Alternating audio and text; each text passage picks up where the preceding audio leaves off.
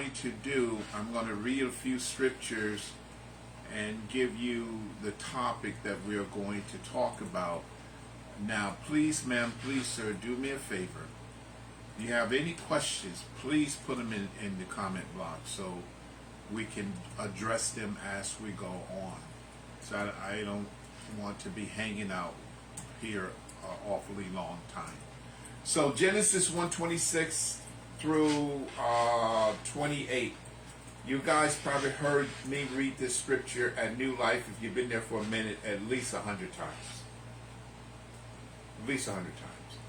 So Genesis 1:26, and God said, let us make man in our image after our likeness.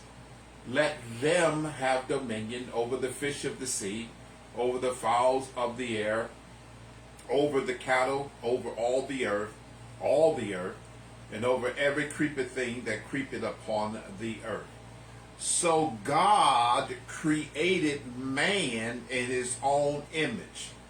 In the image of God created he him. Male, Ish, and female, Isha, created he them. And God blessed them. And God said unto them, be fruitful and multiply, replenish. That's why we say it's recreation. You cannot anything except it was there before.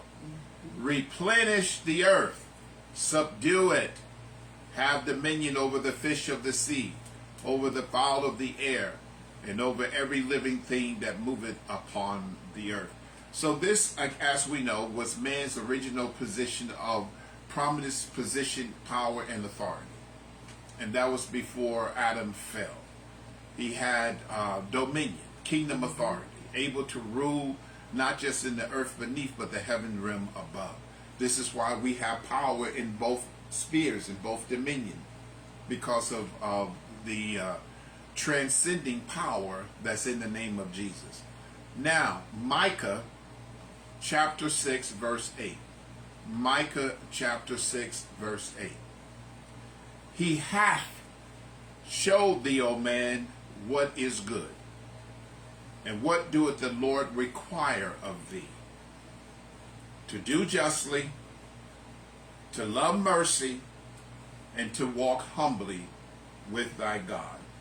To do justly, to love mercy, and to walk humbly with thy God. So this evening we're going to address the topic, the spirit of racism. How did we get here? The spirit of racism. How did we get here? Now, I really want to kind of take my time to walk through this so we can all collectively get it together. I'm not going to go all the way back, but I have to go back to some degrees here and there. But, you know, picking the areas we're going to go back to. So here's a theological fact. All men, A-L-L, all men are created in the image. The Latin there is imago Dei, D-E-I. You know, I'm purposely saying the DEI, you know, for diversity, for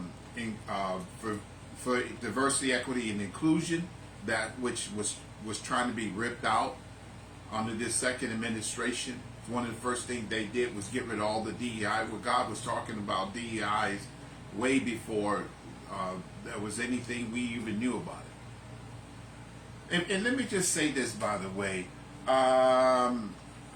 Is this my phone? Give me a second here, because I want to say it's something like, give me a second, folks. Just bear with me. This just dropped. I want to do something, because this, hold on. Let's see, let's call it biggest. Give me a second.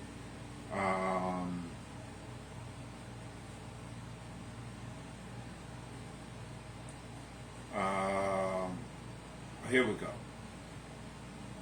Okay, that's what I want to pull up. I'm trying to find the percentage, so I don't see the percentage. What the reason I stopped there on the DEI, because I just Googled. I knew what the the highest recipients of DEI were, but I was looking for the percentage. I want to say off the top of my head, it's somewhere around 82%.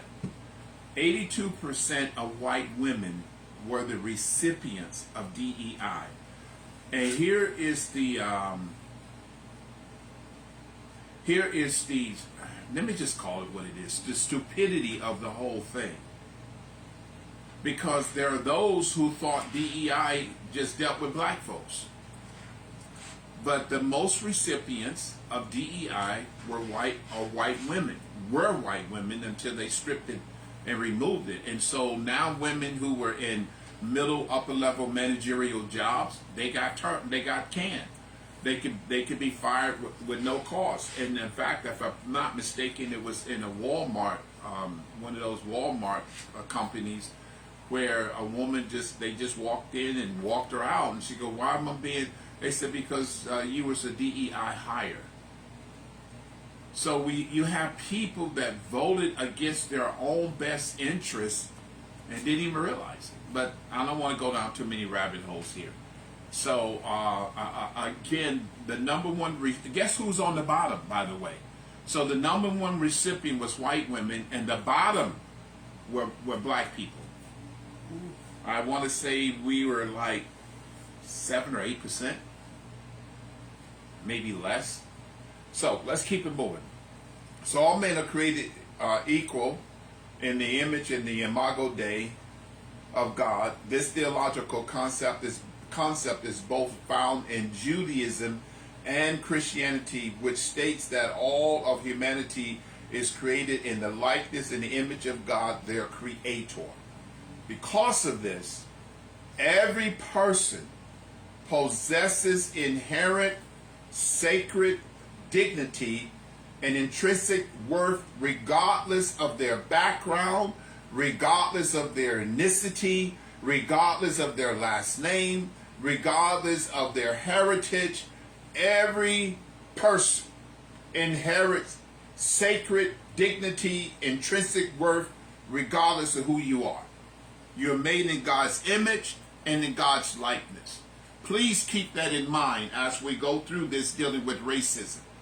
Because in order for any normal human being that has a half an ounce of compassion or empathy, you just can't go out and do stuff to people.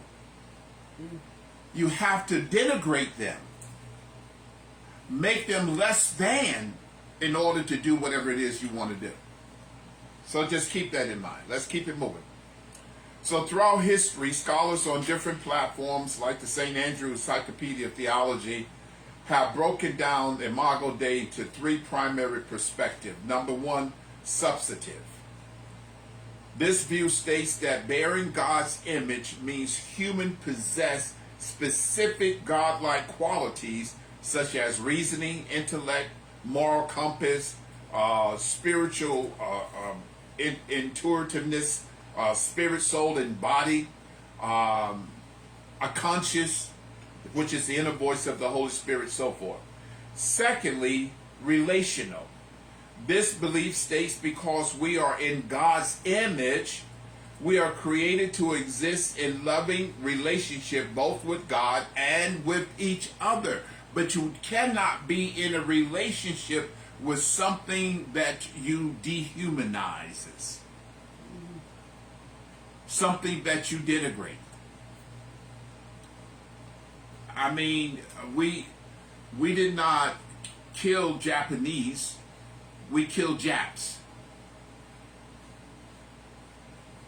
We did not kill Vietnamese, we killed the whatever they called it. You see where I'm going with this? So in order for the spirit of racism to cause its most devastating, destructive force, it has to create a narrative to justify the conscious, because all men were created in the imago Dei, which means innate, you have a conscience. Innate, you have compassion and sympathy. But the spirit of racism would supersede that. And as I was putting this together, because you'll hear it come out in a moment in the teaching, because, some racism is implicit and others are explicit. Now, I had to deal with that last week, I believe it was, at Walmart, where I'm standing there helping some of the, older people and women to get the baskets. You know how sometimes those baskets can get stuck. And then there was a lady sitting there in one of those little buggy things. Now, and I said to her, because I knew got a couple more people to help, ma'am, you go right ahead. She says, no, you go ahead. And then she goes, because I don't want to run you over. Instead of saying, I appreciate what you're doing for these people, or, thank you for doing what you're doing. Why did you have to implicitly say, I don't want to run you over? That was subtle racism. So my response, my clap back was, that won't end well for you, because you and your little buggy going to be looking up at me. Is that what you told? That's what I told her. That's what I thought. Yeah, because that was implicit. And see, if you're other than a person of color, this doesn't mean nothing to you. You can't compute, because you never have to face it or deal with it. I remember it was Miles Monroe. Now, this guy was a world-renowned evangelist. He went into one of those high-end stores and he was going to buy something. As soon as he walked in the door, one of the salespersons starts, following him. And after about 4 or 5 minutes, he turned around and started following him. Yeah. So then everywhere the salesperson went, he went. And then finally the salesperson, or whoever the manager, store manager, the floor manager guy, so finally he went into a place that says employees only. Miles went right back there with him. He goes, you can't be back here. He looked at him and said, now how does it feel? So again, you have to dehumanize someone to be able to carry out vicious act, because all of us are made in the imago Dei, or the image and likeness of God, created with subtleness and with relational desires. God is a relational God. And then the third one is functional. This concept about the imago Dei believes that it is a calling rather than a trait. It represents humanity's roles to act as God's representative, caring for the earth, acting as the steward of creation, being in the light bearer and glory carrier. So these are the primary three perspectives of imago Dei. And we're all men are made in the imago Dei. In fact, the Declaration of Independence, adopted in July 4, 1776, drafted by Thomas Jefferson, what did he say? The second sentence, all men are created equal. So here, Thomas Jefferson was asserting that all people are endowed by their Creator with unalienable rights. This is what it says, including life, liberty, and the pursuit of happiness. Deeply rooted in the European Enlightenment philosophy, the phrase was intended to establish a fundamental baseline for human rights. Now, the problem with that is the enslaved Negro at that time wasn't considered a human. So remember, you have to dehumanize someone.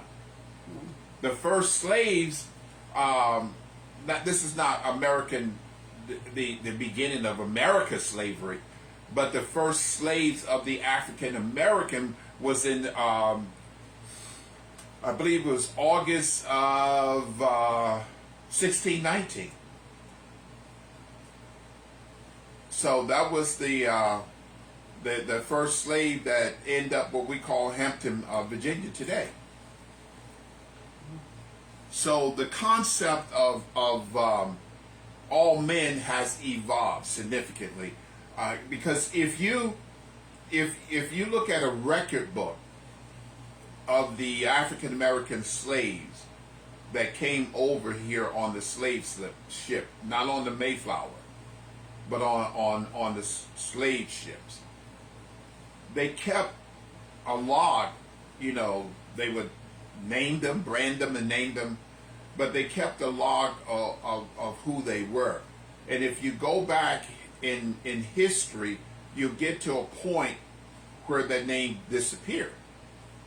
It's not that their name is not logged, it's just logged in the animal log book. So again, you have to dehumanize a person in order to carry out racism or racist act against that individual, because all of us are made in the imago Dei. Hopefully that answered the question. How do you dehumanize a person? Okay, thank you for your question. It's by calling them other than what they are. I don't want to, use racial slurs as an example, but racial slurs is one of the way you dehumanize a person. You call them other than what they are.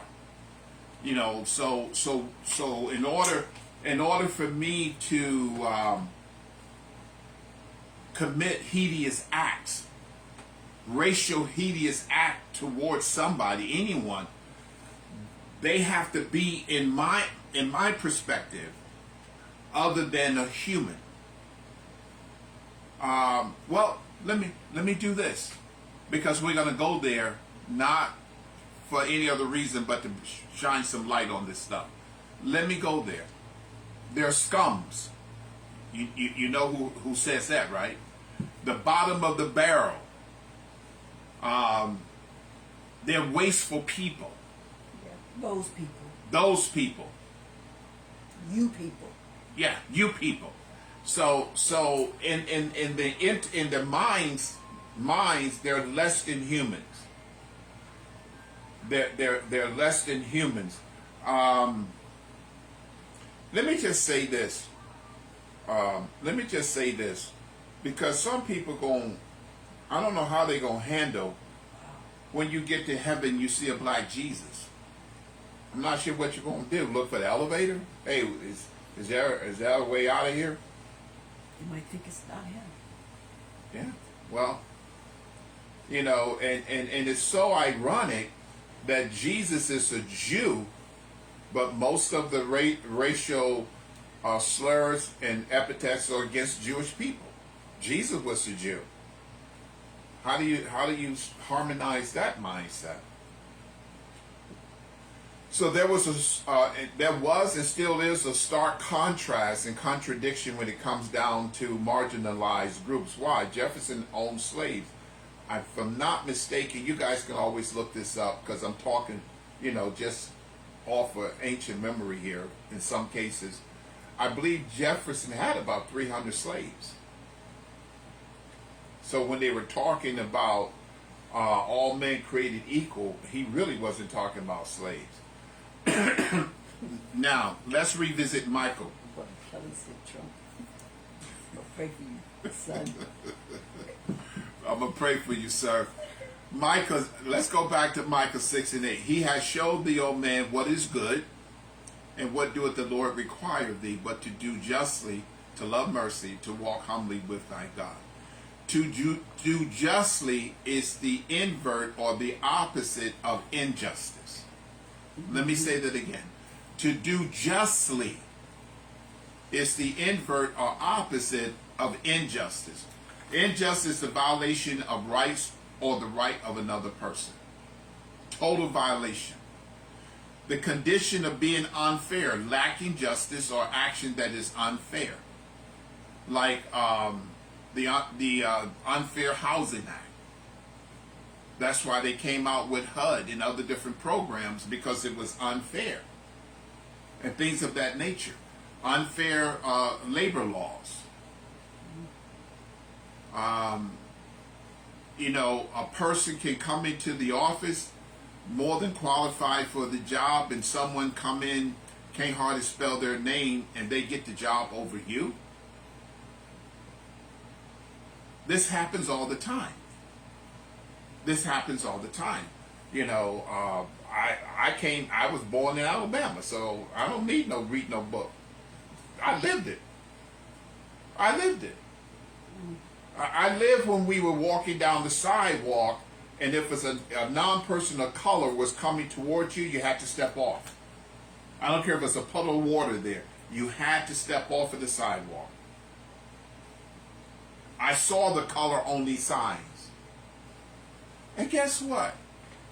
They have it today because of a Trump executive order that you can separate the races. We're going to get into that a little bit. I'm just getting warmed up. So, injustice. The quality of facts are being unjust or inequality. So when you look at the Voting Rights Act that's been gutted, when you look at some of the labor laws that's been suspended, those are unjust. Listen, and I really want to throw this out here now so you guys can really grab this. None of this is going to go without being judged. Let me say that again. I don't care about the cabinet member. It's a clown show. They may get by, but they'll never get away. I mean, this is why we have these sacred scripts, and we're reading about in Micah, because God was letting him know how he was going to be bringing judgment because of what they failed to do. What they failed to do. And I had a situation today myself where I was leaving the Walmart parking lot, and there was a guy there that had his tire off.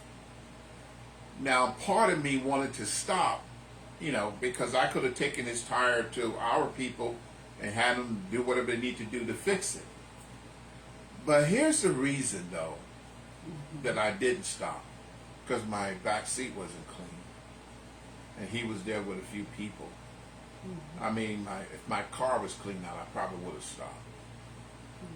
Yeah, I mean, it's not dirty, but I just, I have bags and stuff all over the place because I'm by myself, so I don't think about stopping, picking up people. Anyway, so I just prayed and kept going.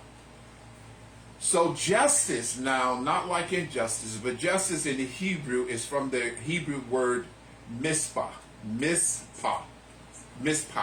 P-A-T, M-I-S-H-P-A-T, meaning righteous legal equity protection or protecting the vulnerable, Mr. Trump, the least and the left out, the marginalized people, the people that was recipient of the USDA. More than 25 million people were being sustained, if you will, from the USDA. And here's the sad commentary note. Not only were they being sustained and it wasn't like it was costing us. This was a collaborative effort. So it's not just the fact that they now didn't receive the food, because a lot of the food was just sitting on the dock rotting. Thanks to Elon Musk. But it was also the vaccinations that they were receiving. So now you have, I'm trying to think of the outbreak that's out there in Africa, and is making its way. And you have the HIV that skyrocketed again. So again, it's just like COVID. You can't contain a virus. It can go airborne. You can have someone to visit a family member in some country, he or she become infected, and they get on the plane, and people on the plane get infected, and then they bring it back to various areas, and next thing you know, it's spread. See, this is what they tried to do instead of sending our scientists over to China to try to contain COVID over there. Oh, it's not. It's just only. It's going to be okay. We were the #1 country who had the most infection than any other country in the world, the United States of America, under the first Trump administration. More than 25 million people got COVID, and more than 1 million died. So again, righteous, equitable protection, protecting the vulnerable. It's just not a legal fairness, but living out God's own justice toward the oppressed. That's what means to be, for what justice means. Deuteronomy 10:18, protecting the vulnerable. Listen at this. He doeth execute the judgment of the fatherless and widows, and love the strangers, and giving him food and raiment. That's what we were doing through the U.S. aid. USAID. We were, feeding the strangers. Verse 19, love ye therefore the stranger, for ye were a stranger in the land of Egypt. Mercy, hesed, Hesed, hesed, is steadfast, covenantal love, faithful kindness, going beyond sentiment to be in a consistent, loyal relationship with God and with your neighbors. That's what it means to show mercy. To be merciful. Blessed are the merciful. And again, when you have this clown show that is moving in the opposite direction, this is what happened to Israel. And judgment came upon them. I mean, you have Pete Hegseth, who you had all of these officers that was automatically set for a promotion, and he blocked it. And all of them were people of color. You had I'm trying to think of her name, when the one that was the acting Department of Justice before Blanche took over. Well, the first thing that they did, they got rid of middle and upper level management, right? Every person was a person of color. And I'm going to explain to you why that is.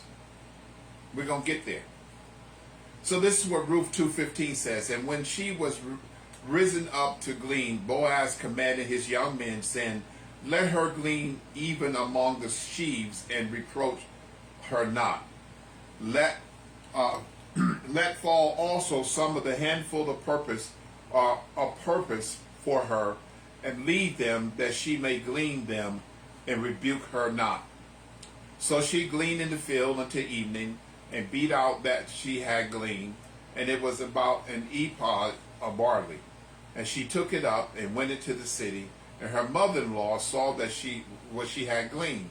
And she brought forth and gave to her, and she had reserved after she was sufficed. In other words, she took her part and brought the rest to her mother-in-law. Her mother-in-law said unto her, where hast thou gleaned today? In other words, how do you get this much? Because what they were instructed to do, they would just leave a small portion of the field for the poor. And the poor can go through there and pick through the straps to see if they can find anything. And where wroughtest thou? Blessed be he that did take knowledge of thee. And she showed her mother-in-law with whom she had wrought, and said, the man named with whom I wrought today is Boaz. And Naomi said unto her daughter-in-law, blessed be he of the Lord, who has not let off his kindness, there we go. That's showing mercy to the living and to the dead, because her husband had died. And Naomi said unto her, the man is near kin unto us, one of our next kinsmen. And Ruth the Moabite, remember we talked about the 4 women that was in Jesus' lineage. He said unto me also, thou shalt keep fast my young men until they have ended all my harvest. In other words, you can come anytime you want.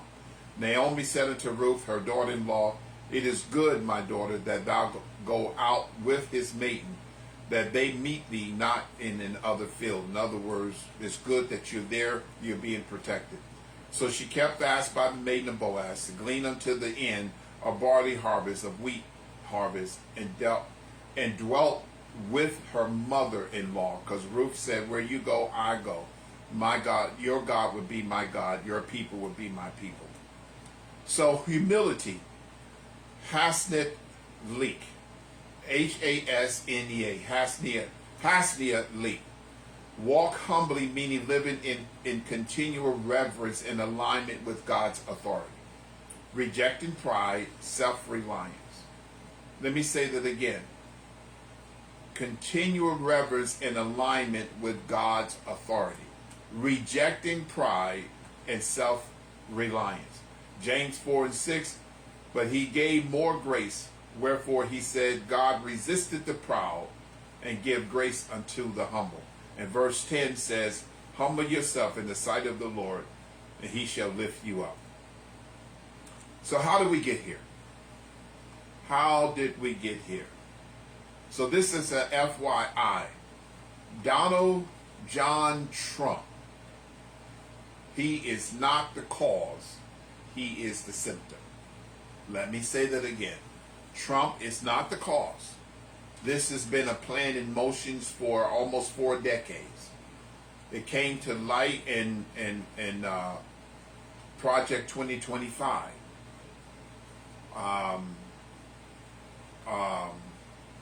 Trying to think of his name. It'll come to me. So this is a concept, brothers and sisters, that is been here for a while. And the whole concept is to get control of the 7 mountains. You know, you have to take it once you gain control of the 7 mountains of influence, then you can control the people. You know, so that's why there has been a relentless assault, whether it be on the free press, the media outlet, education. I mean, we talking about going through and purging the books and anything that deals with slavery, with taking it off the shelf. So you know, the 7 mountains of influence, entertainment is where these elite power packs have come together. And so during the second inauguration address, when all of these tech giants were sitting in the little booth behind the president, I said, we're in for a long ride. Because you figure everyone in the cabinet are billionaires. So this was done by design, and it's still being done by design. So when we had Doge to come out and handed the key to Elon Musk, that was done by design. Hundreds of thousands of federal workers were let go without any explanation. And so you're looking at the judiciary, basically is in the administration hands. The House, the Senate, all of the branches of government right now in the administration hands. And that was done by design. And so I'm going to explain to you why we're here. How did we get here and why we're here? So Trump is not the cause. This is something that's been in, almost called his name, Priebus. Something Priebus is coming. It's coming. Because I remember him years ago. He goes, look, we already have the blueprint. All we need is somebody that was able to hold a pen and sign the paper. It'll come to me. So we're talking to Heritage USA, Turning Point USA, and a whole lot of other entities that are out there. Now, let's look at how did we get here. The demographicer William H. Free released his landmark analysis in March of 2018 with his population projection identifying the year of 2045 will be the year the U.S. population will become minority white. 2045. So this is what Free said. By 2045, the majority will become the minority. He conducted his research and analysis using data published by the U.S. Census Bureau. Part of his observation centered around the combination of a growing minority population, which the number one population increase right now is Hispanics, and the Asian white population in reshaping the country.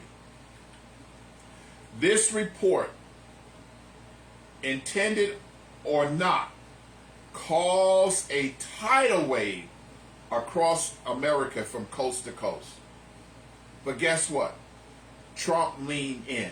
Now you guys understand a little bit more why I say things like he is going to go down in history as being the most brilliant, dumbest president that ever walked the planet Earth. This guy's ability to be able to see certain things is phenomenal. I mean, let's just call it what it is. He's a con artist. But 77 million people voted for him. That's no small task. I mean, this. Look at for an example. Look at some of the stuff he sold. He said that he can end the war with Russia and Ukraine in the first day. And people believe that. Dude, you were in office for 4 years, you didn't end the war. You had 4 years to end it. And one of the reasons you got impeached is because you tried to get Zelensky to bring out dirt on Biden, and you got caught. How in the world are you going to end a war in 1 day? You couldn't do it in 4 years. But people believed it. But we're not going to divert too much because I'm going to show you how we got here. Okay. So, whether it was intended or not, Trump leaned into it. Which, in my opinion, and I'm not a poster, I don't really try to get deep over to politics, but in my opinion, I think it was one of the most brilliant moves that any politician could have ever made. Because what Trump bet was this, that because there were more white people in the United States of America, if he could create a scenario where they would become afraid, then they would follow him. And he did it. He did it with pinpoint specificities. Okay, let's keep it moving. Here's how he started. He started questioning Obama's citizenship back in 14, 15, even before then. He started questioning Obama's citizenship. He started talking about his birth certificate. Oh, I sent people over there, and you'll be surprised what they came up with. That was all a lie. He ain't sent nobody nowhere. But it's about creating the narrative. There is a term in psychology, by the way, that addresses all what I'm talking about. I'm not a psychiatrist, but a psychologist, but there is a term for this, that you can tell a lie to such a degree that someone else pick it up and they repeat it, then all of a sudden the lie becomes the truth. You know, like with the reflection pool. Mm-hmm. Like 2 weeks earlier, when he was selling the pitch about the pool, having the bottom of it painted blue, he was talking about how this stuff was so tough and so well put together, you can't even cut it with a knife. But then when the stuff starts floating up to the top of the water, you turn around and say somebody went in there and cut 350. How in the world did first of all, we know that's a lie. Let's just call it what it is. It's a bald-faced lie. No one got in that nasty water and cut nothing. And if you want to check to see if somebody jumped in the water, all you got to do, because the Washington Monument has a camera that overlooks the reflection pool. You can go on and log in and look around the whole city. So when a reporter asks him, well, where's your proof? Well, everybody knows. Well, who's everybody? Why don't you just give me one person's name and we'll leave the others out of the equation? Because there is none. But what happened? He put it out there. Fox News picked it up, and this reporter picked up. So now the reason the pool is jacked up because it was vandalized. But dude, you said nobody could cut it. Okay, let's keep it moving. Yeah, but that is the spirit of allusions to. Yeah, well, illusion, deception, narcissist, tyranny, everything else in between. Because the bottom line is, you put out a no-bid contract to one of your boys down in Florida who came up here probably working at McDonald's and thought he was going. In fact, it was supposed to be $1.6 million, but all of a sudden it's $14 million? Come on, man. So he began to spew out all kinds of unfounded accusation about immigrants who came to America. They eated the dogs. They eated the cats. Wasn't nobody eat no dogs and no cats. And how dumb could we be? How stupid. This is dehumanizing the Haitians. So once that lie went out, all of a sudden the Haitian American was under attack. Oh yeah? Okay, what city? The same thing though that you just said. Yeah, about the Haitians. What city was that in? I'm trying to think of the city off the top of my head that they really had to beef up security for the Haitians who was here on the visa. So, and then you had a picture showing all of these immigrants coming to America across a bridge, right? And he goes, "Oh, they're coming. They're gonna rape your wives. They're gonna take your kids." The picture was like 20 years old of something that was going on in another country. It was a lie. So that's how you start dehumanizing people. In Ohio. In Ohio, thank you. That's how you start dehumanizing people, and you cause them to become less than a human being, and now you can do whatever you want, because you're not killing a person, you're killing a thing, or it, the scum of the earth, a maggot, a bug. All right. So we heard that. All these unfounded accusations about immigrants. Now, I agree that everybody should stand in line and get here the right way. We shouldn't have open borders. I'm in total agreement with that. Total agreement. Build a wall. Mexico's going to pay for it. That was a lie. The wall never got built, and of course Mexico wasn't going to pay for it. So, and thousands of other things that were spewed out every day, to dehumanizing somebody, to cause the people who was already filled with little skepticism and anxiety. Yeah. Because remember now, the report says come 2045, everything going to shift. So, Obama gave us Trump. Let me say that again. Obama gave us Trump. And it was not because he was the first black or African American president. That was part of it, because it was very hard listening to all of this rhetoric that Trump was putting out there. It was hard for average American to accept anything that the Obamas did.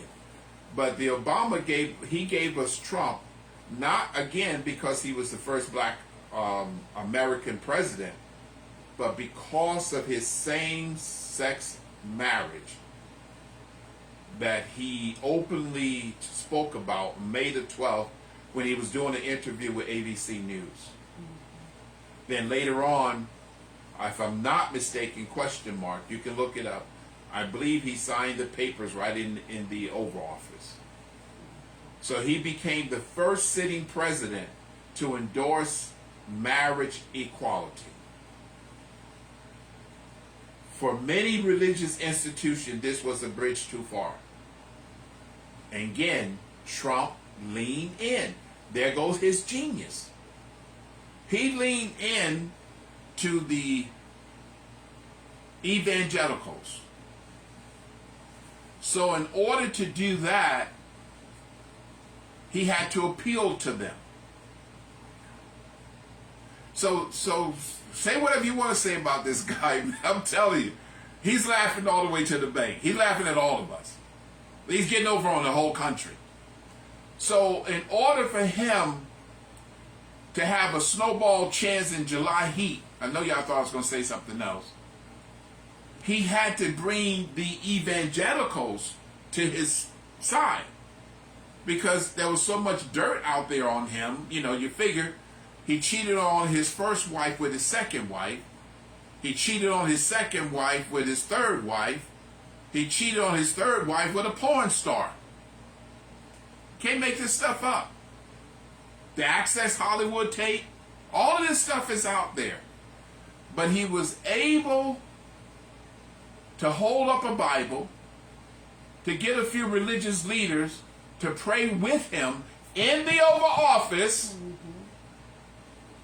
call him, modern day Cyrus, and anoint him. So when someone was asked, well, wait a minute, how can you people pray for such a man because he has no moral, integrity, no moral scruples or anything? They go, well, God uses imperfect people. But you never said that about anybody else. You never said that about anybody else. So when it came to the 24 election, the Trump Bible. The Trump Bible? I mean, wait, this dude was selling everything, man. We're talking about a guy that went bankrupt with 2 casinos. How in the world do you lose? The house never lose. He bankrupted 2 casinos. The Trump State, the Trump Airline, the Trump University, the Trump Charity, all went belly up. Had to pay back millions. But this guy's a genius, I'm telling you. Don't sleep on him. He was able to get a nucleus of evangelicals to come on board. Now, how did he do that? Because he was telling them, one of the things we're going to do on the Supreme Court, we're going to abolish abortion. We're going to get rid of same-sex marriage. We're going to do all these things that the extremists was, clapping for. So it's just like the piper that played and the people was following him. So they followed him, and they went to their congregations, and they pushed to vote for him, to put him in office, because these are the things he's going to do. And he got so many evangelicals to come to his corner, especially the SBCs, the Southern Baptist Conference. Let me tell you how bad it was. This happened hundreds and hundreds of times. There was this Baptist preacher who was MAGA all the way until he realized he was being duped. So he set up a PA system in the parking lot of his church, and he spent about 30 minutes, 40 minutes going line upon line upon line upon line, all of the diabolical things that Trump had done. When he finished, his board kicked him out of the church. It's not funny, but I was trying to hold that in. That's okay. Yeah, the board kicked him out of the church. Because right now, some of these people are so invested, they can't back out. I'm talking about religious leaders. And you know this guy is a con artist. You know he's a grifter. He's a shyster. Like how they can't back out. Well, one of the main reasons they can't back out, like I said, they're so vested, because so many of their members have bought into what they sold them across the pulpit. And these people, there was a video clip that I watched probably about 2 or 3 months ago. This guy stood up. He says, I'm going to talk about Donald Trump. Now, if some of you don't like it, you can get up and leave. About half the church got up and walked out. You can't make this stuff up. So for many of the religious institutions, this was a bridge too far, but Trump leaned in. He made the best out of this. The resurgence of racism and open discrimination was moved from a whisper on the fringes to the center of the stage with a mega microphone. Now, these are just few. These are not all. Roman Catholic, SBC, Lutheran, Presbyterian, Church of Jesus Christ, Orthodox Christian, Eastern Orthodox, Oriental Orthodox, PAWs, many non-denomination, Seventh-day Adventists, Baptists, Methodists, so many others were the ones who kicked their heels up against Obama with the same-sex policy. And so with the same-sex marriage and with this dire demographic report about the majority becoming minority, Trump leaned in. He leaned in and capitalized on the anxiety of the majority, and man, it worked. It worked like a charm. That's what he's doing right now. So I wanted to, because I didn't know how much of this I was going to get out, I wanted to get to this, and then I go back into that if I get a chance. Genesis 15:7. He said unto him, meaning Abram, I am the Lord that brought thee out of Ur of Chaldees to give thee this land to inherit it. He said, Lord God, whereby shall I know that I shall inherit it? He said unto him, take me an heifer of 3 years old, and a she-goat of 3 years old, and a ram of 3 years old, and a turtle dove, and a young pigeon. And he took unto him all these, and divided them in the midst, and laid each piece one against another, but the birds he divided he not. In other words, he made a figure 8. And when the fowl came down upon the carcass, Abraham drove them away. You've got to protect your destiny, brothers and sisters. And when the sun was going down, a deep sleep fell upon Abram, and lo, and horror of great darkness fell upon him. Now listen to what I'm getting ready to say. This is important. He said unto Abram, know of a surety that thy seed shall be a stranger in a land that is not theirs, and shall serve them, and they shall afflict them 400 years.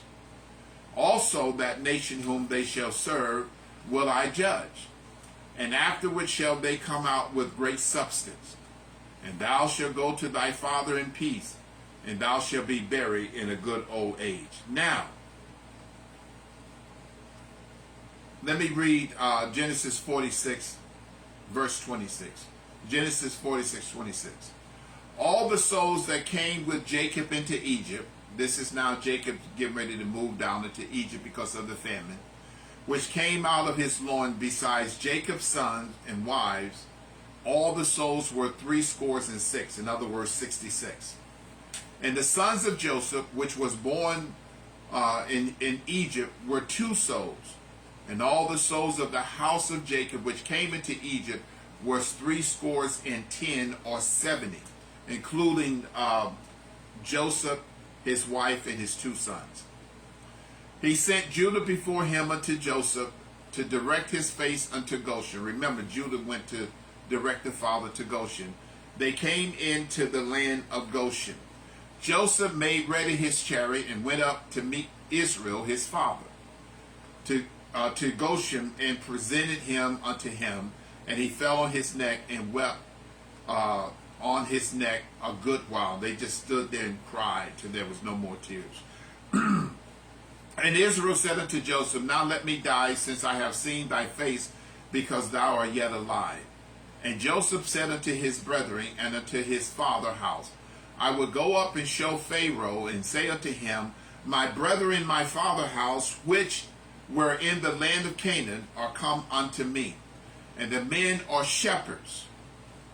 Okay? That's an important footnote. The men are shepherds. For their trade hath been to feed cattle, and they have brought their flock and their herds, and all that they have. And it came to pass, when Pharaoh shall call you, and shall say, what is your occupation? Now this is political. So I want y'all to see the politics here. That ye shall say, thy servant trade has been about cattle from our youth even until now. That wasn't totally true, but there's a reason for that. Both we and also our father, that we may dwell in the land of Goshen forever, shepherds forever. Why? Shepherd is an abomination to the Egyptian. So that's why they told them that they were shepherds, because shepherds was an abomination to the Egyptian. That way they would always stay in Goshen, because they were looked down upon. They were, I don't want to call them less than human, but because, see, the Egyptian worshiped animals. Now, the bullhead was one of their gods. And so, but the Jews ate animals. So they were despicable people. So they stayed over in Goshen. All right. So, again, the first African Americans arrived here in 1619. There was approximately 20 African Americans that were sold to the English colonists, brought to Point Comfort, which is Hampton, Virginia today. This marked the beginning of the long history of slavery and slave trade in America. The transatlantic slave trade expanded significantly in following decades, and slave trade became a lucrative business, from a very lucrative business. Okay, hold on.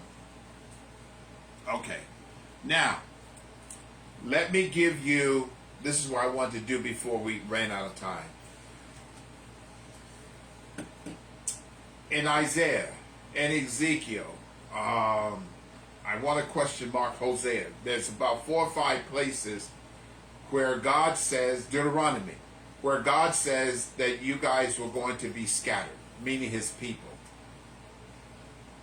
So I asked the question even on Sunday, who are the Jews? Who are the Jews?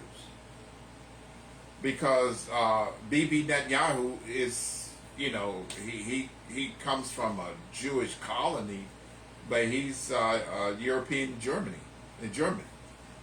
So who are the Jews?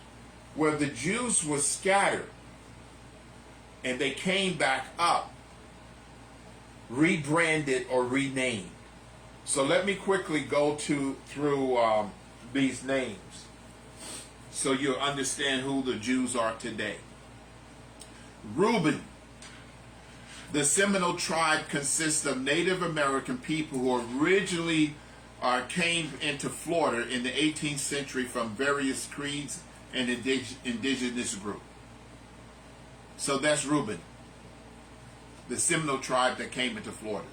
Levite is the Haitians. Dan, Ethiopians. Naphtali or Naphtali, Argentina and Chile. Gad, Native America. Asher, Brazil and South America. Issachar, Mexico. Zebulun, Central America. Benjamin, Jamaican and West Indies. Ephraim, Puerto Rico. Manasseh, Cuba. Judah, African American. Come on, somebody. That's why we like them praise, man. It's in our DNA. It's in us. You know, just one word. Come on here. You know, it's just in us. We don't have to fake it. It's just something we do. How much time we got? Oh, Lord. Give me 2 more minutes. Racism is rooted in the belief that one race is superior than another. It manifests through discrimination, prejudice, systematic inequality. It can be both overt, explicit act, or covert, subtle bias. Subtle bias. Like, I get out of a car and a non-person of color get out of their car next to me, and they make sure they click their car, make sure their horn go off, that their car is locked. I do the same thing. I stand there, click mine about 5 or 6 times.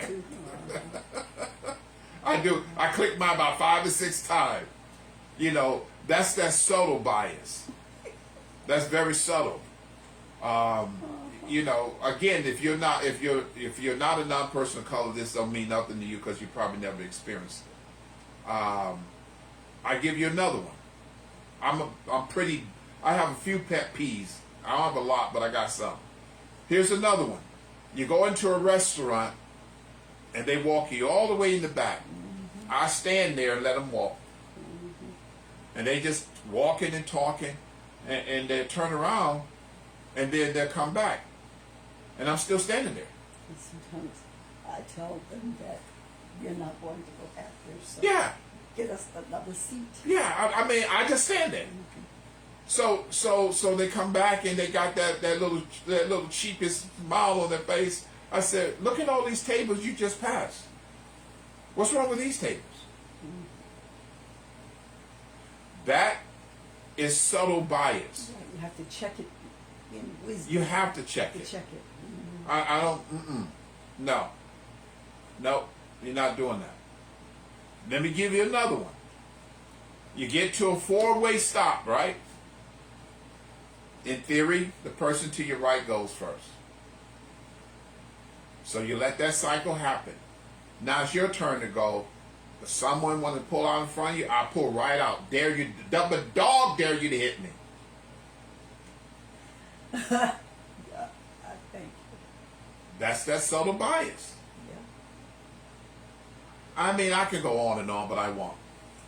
That happened with my grandfather because, you know, on the Wentworth side, so he had the choice, because he was a white man, he had the choice to stay with my grandmother or they would disown him. So he chose to go with his family. Wow. So my dad was not, my biological father was not raised with his dad because he had to make a choice between his white family or my grandmother, who was Indian and black. So yeah, that's something. But it often leads to social division, conflict among community. Educational awareness is crucial and things of that nature. And us having this conversation is necessary. Let me just say this much and I'm going to stop. let me just close this because I can go on for hours, literally for hours. Right now, today, what's today's date? The 8th? Yeah. The 8th of July, 2026. In Arkansas, there were white nationalist groups that got together. We're talking the Oath Keepers, the One Percenters, the Klans, skinheads, the whole, a group of them got together, and they're building a community in Arkansas, and they're going to put up a big sign, white only. So it's real today, brothers and sisters, and the reason, and I'm going to stop right here, the reason it has become so up close and personal, the reason there's trying to be a purge, the reason for the gerrymandering, the reasoning for the redistricting, so you won't have any black representation in Washington, is because of the fear of the majority become minority. Because who are we trying to get out of here? All of the immigrants, right? People of color. That was one of the first top 5 executive orders that Trump signed when he first got into office, is to get rid of the Cuban Americans. So those Cubans is running around, hollering, Cubans for Trump, Cubans for Trump. Put them on a bus and sent them to Cuba. So again, he leaned into this. He rolled the dice, and he felt that if he can tap into the grievance of enough people, they'll stand with him. And that's what happened. And it paid off. Talk about the man all you want to. He's going to go down in history as one of the most brilliant, dumbest presidents that ever walked the planet Earth. I mean, he made $2.1 billion last year. The most money he's ever made, because he was pretty much broke. The Bitcoin with his name on it, right? He talked to the people, 30 plus million people. This is going to become the new. I had one of my lawyer friends try to get me to buy this stuff. He says, this is going to be the currency. We're going to replace the dollar. We're going to do this, and this. Okay, watch this. I'm going to try to stop right here because I can get into storytellings, and I'm not trying to do that. So they set up this Bitcoin format with no regulation. He had all these people to buy stock into a shell Bitcoin entity, right? But there were 58 people who were on the inside. 58 people made $1.6 billion, and 780,000 lost their shirt off of their backs. Because what they did, they took, when they sold them, they took the proceeds off of the top, and the value of the coin fell like a rock in the water. The guy is, say whatever you want to say. I mean, he'll sell you anything from a watch that you won't receive, to steak that's rotted, to a Bible that, he holds upside down. Anyway, so that's how we got here, because of the fear of the majority becoming the minority. And so there's a concerted effort to roll back the hands of time. Are there any questions? No, just comments. Yeah. So again, we're the tribe of Judah. Just remember that. So that's why we are radical in our praise, because it's in our DNA. So God bless each and every one of you. I have tons of material, but I try not to get too political when it comes to our standard of faith. But brothers and sisters, because I really wanted to go a little bit to show you why, the real reason behind Trumpism and the MAGA movement is to bring this division in America so we can be so divisive, so divided that we would not be able to rally. Because why? Because America is Israel, the land where they are today, number one defense. And right now, it's not looking good for Israel. So because of this war with Iran, and if they lose our backing, they would be totally exposed. And here we are. We get ready to step into Matthew 24.